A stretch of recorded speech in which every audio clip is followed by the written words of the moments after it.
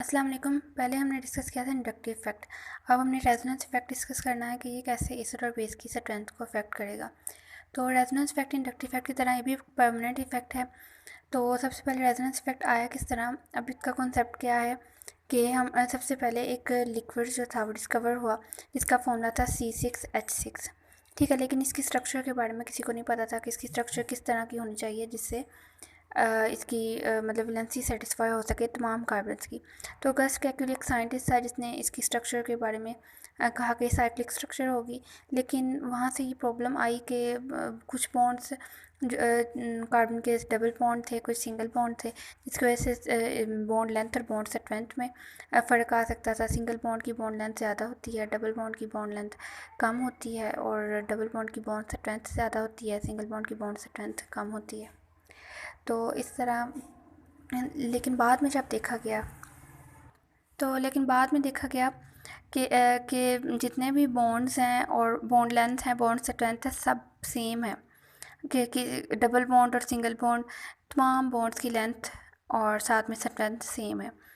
तो जैसे carbon carbon single bond की जो बॉन्ड लेंथ होती है 154 होती है, डबल बॉन्ड की 134 होती है, लेकिन जो बेंजीन के तमाम बॉन्ड्स की स्ट्रेंथ थी ना, मतलब बॉन्ड लेंथ थी, वो थी 139, मतलब इन दोनों के दरमियान दरमियान थी। तो फिर रेजोनेंस के कॉन्सेप्ट ने ही इस प्रॉब्लम को मतलब सॉल्व किया कि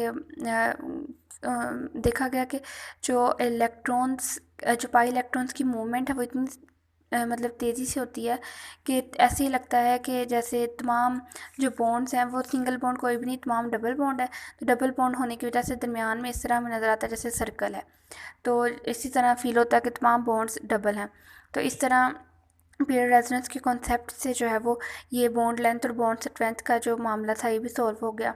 और फिर एक ये इसको हम हाइब्रिड स्ट्रक्चर कहते हैं, जो कि तमाम रेजोनेटिंग स्ट्रक्चर का मतलब सम अप होता है। ठीक है, अब इस तरह रेजोनेंस का कॉन्सेप्ट आया, और फिर बाद में स्ट्रक्चर्स जो कि रेजोनेटरी स्ट्रक्चर्स हम उनके लिए बनाते हैं कि ऐसी स्ट्रक्चर्स जिन जो कि एक लेवल स्ट्रक्चर से रिप्रेजेंट ना हो सके, तो उनके लिए हम ज़्यादा स्ट्रक्चर्स बनाते हैं, इसको हम रेजोनेटिंग स्ट्रक्चर्स कहते हैं। अब जितनी रेजोनेटिंग स्ट्रक्चर्स ज़्यादा होगी उतनी उसकी स्टेबिलिटी भी उस मॉलिक्यूल की ज़्यादा होगी।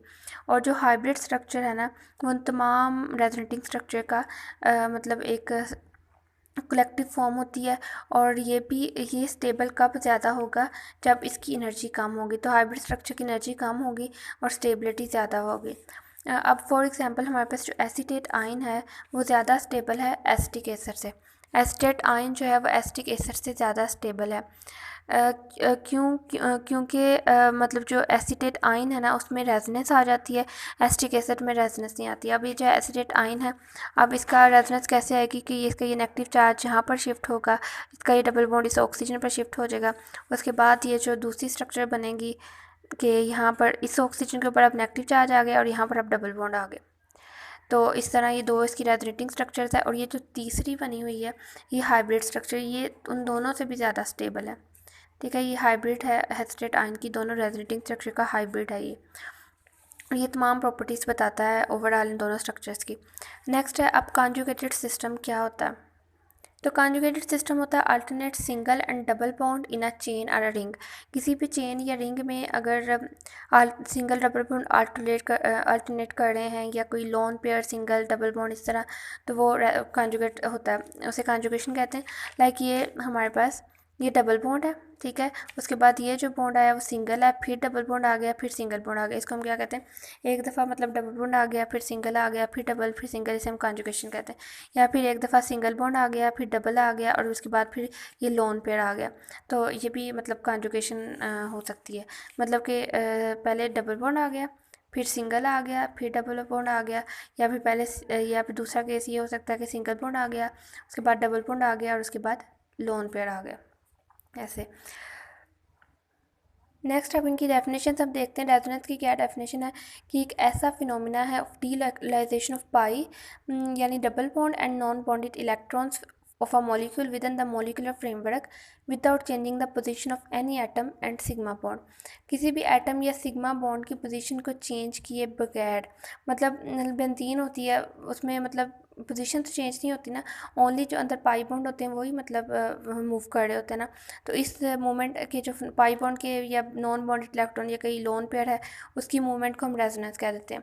अब रेजोनेटिंग स्ट्रक्चर्स क्या होती हैं, उस रेजोनेंस के फिनोमेना के रिजल्ट में जो स्ट्रक्चर्स हमारे पास आते हैं रेजोनेटिंग स्ट्रक्चर्स हम कहते हैं, या उनको हम दूसरी नाम दे सकते हैं, कैनोनिकल स्ट्रक्चर कह सकते हैं, कॉन्ट्रीब्यूटिंग स्ट्रक्चर्स कह सकते हैं, मीजोमर्स कह सकते हैं, ठीक है, कुछ भी कह सकते हैं। ये डेफिनेशंस जो हैं वो आप देख सकते हैं इन दोनों की। उसके बाद हमारे पास रेजोनेंस इफेक्ट की डेफिनेशन कि the decrease in electron density at one position accompanied by a corresponding increase in electron density at other position is called resonance effect या मैथमेटिक इफेक्ट। कि एक मतलब अब इलेक्ट्रॉन एक जगह से मूव करके दूसरी जगह पर जा रहे हैं, जहाँ से मूव करके गए हैं वहाँ से इलेक्ट्रॉन डेंसिटी कम हो जाएगी, और जहाँ पर वो आप पहुँचे हैं वहाँ पर इलेक्ट्रॉन डेंसिटी ज़्यादा हो जाएगी। तो एक जगह पर इलेक्ट्रॉन डेंसिटी ज़्यादा होना, एक पर कम होना, तो इसे हम कहते हैं रेजोनेंस इफेक्ट, ठीक है। तो नेक्स्ट जो है, नेक्स्ट है रेजोनेंस इफेक्ट की टाइप्स, की दो टाइप्स हैं, plus are effect and minus are effect. Plus are effect वो ग्रुप शो करते हैं जो कि इलेक्ट्रॉन डोनेट करते हैं, और माइनस आर इफेक्ट वो ग्रुप शो करते हैं जो कि इलेक्ट्रॉन को विदड्रा करते हैं। अब जब प्लस आर इफेक्ट मतलब प्लस आर ग्रुप्स लगे हों रिंग के साथ, लाइक हैलोजेंस ग्रुप लगा हो, NH2 ग्रुप है, NHR group, NR2 group, OH group, ORR, ये वाले ग्रुप लगे हों तो ये प्लस आर इफेक्ट शो करेंगे, और ये क्या करेंगे कि ये इलेक्ट्रॉन डेंसिटी को ऑर्थो और पैरा पोजीशन पर क्या करेंगे, इंक्रीज़ कर देंगे। ये हम आगे एग्जांपल्स करेंगे, वहाँ पर आपको समझ आएगी कि कैसे प्लस आर इफेक्ट की वजह से ऑर्थो और पैरा पोजीशन पर इलेक्ट्रॉन डेंसिटी इंक्रीज़ होती है, और इसकी वजह से कैसे एसिड की और बेस की स्ट्रेंथ अफेक्ट होती है।